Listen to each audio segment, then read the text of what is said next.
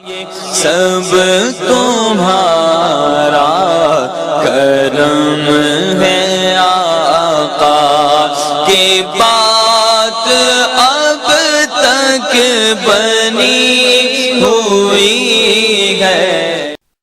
اعوذ باللہ من الشیطان الرجیم، بسم اللہ الرحمن الرحیم۔ السلام علیکم ورحمۃ اللہ وبرکاتہ۔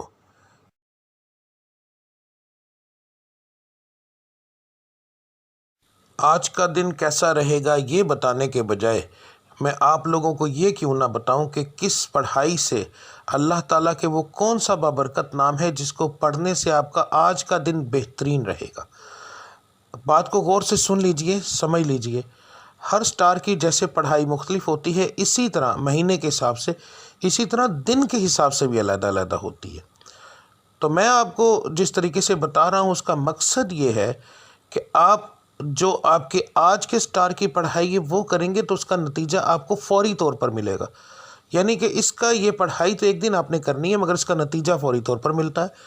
دوسرا، اللہ تعالیٰ کی ذات کو روزانہ اپنے حساب سے یاد کرنا، بار بار علیحدہ علیحدہ ناموں سے یاد کرنا، تو وہ ایک بڑا بابرکت چیز ہے، بڑا بابرکت کام ہے۔ تو اللہ کی ذات ان ناموں کے حساب سے آپ کو بہت زیادہ آپ پر کرم کرتی ہے۔ تو ہر سٹار کے مطابق آپ کی پڑھائی کیا ہے وہ آپ کو آگے جا کے ویڈیو میں پتہ چل جائے گا۔ پڑھنے کا طریقہ بتانے لگا ہوں۔ اس کے اندر دو طرح کی پڑھائی ہے۔ ایک پڑھائی آپ نے فجر کی نماز کے بعد کرنی ہے۔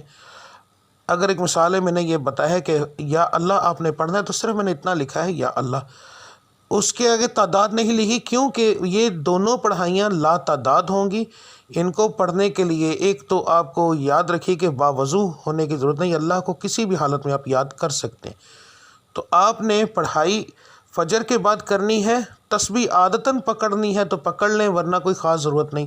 تو رب العزت کی ذات کو لا تعداد یاد کرو تاکہ وہ آپ کو لا تعداد رزق عطا فرمائے، لا تعداد خوشیاں عطا فرمائے، آپ کے ستارے کو عروج ملے، آپ کی بندشیں ٹوٹیں۔ تو صبح کی پڑھائی کرنا بہت زیادہ ضروری ہوتا ہے ان چیزوں کے لیے، اور فجر کی نماز کے بغیر یہ چیزیں ممکن ہی نہیں ہیں۔ تو آپ نے فجر کی دونوں پڑھائیاں دیکھ لینی ہیں۔ فجر کے وقت آپ نے کون سی پڑھائی کرنی ہے وہ بھی دیکھ لیں۔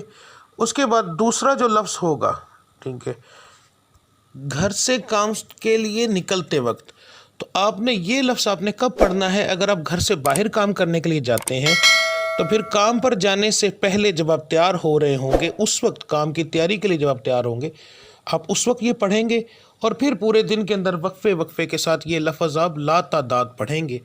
تو انشاءاللہ تعالی آپ کو اس سے فائدہ ہوگا۔ اس کا بہترین حل ہے اسکرین شاٹ لے لیا کریں روزانہ ویڈیو کا، تو وہ آپ لا تعداد پڑھیں گے، وضو بغیر وضو، بس جگہ کا دھیان رکھنا ہے کہ صاف اور پاک ہو، ٹھیک ہے۔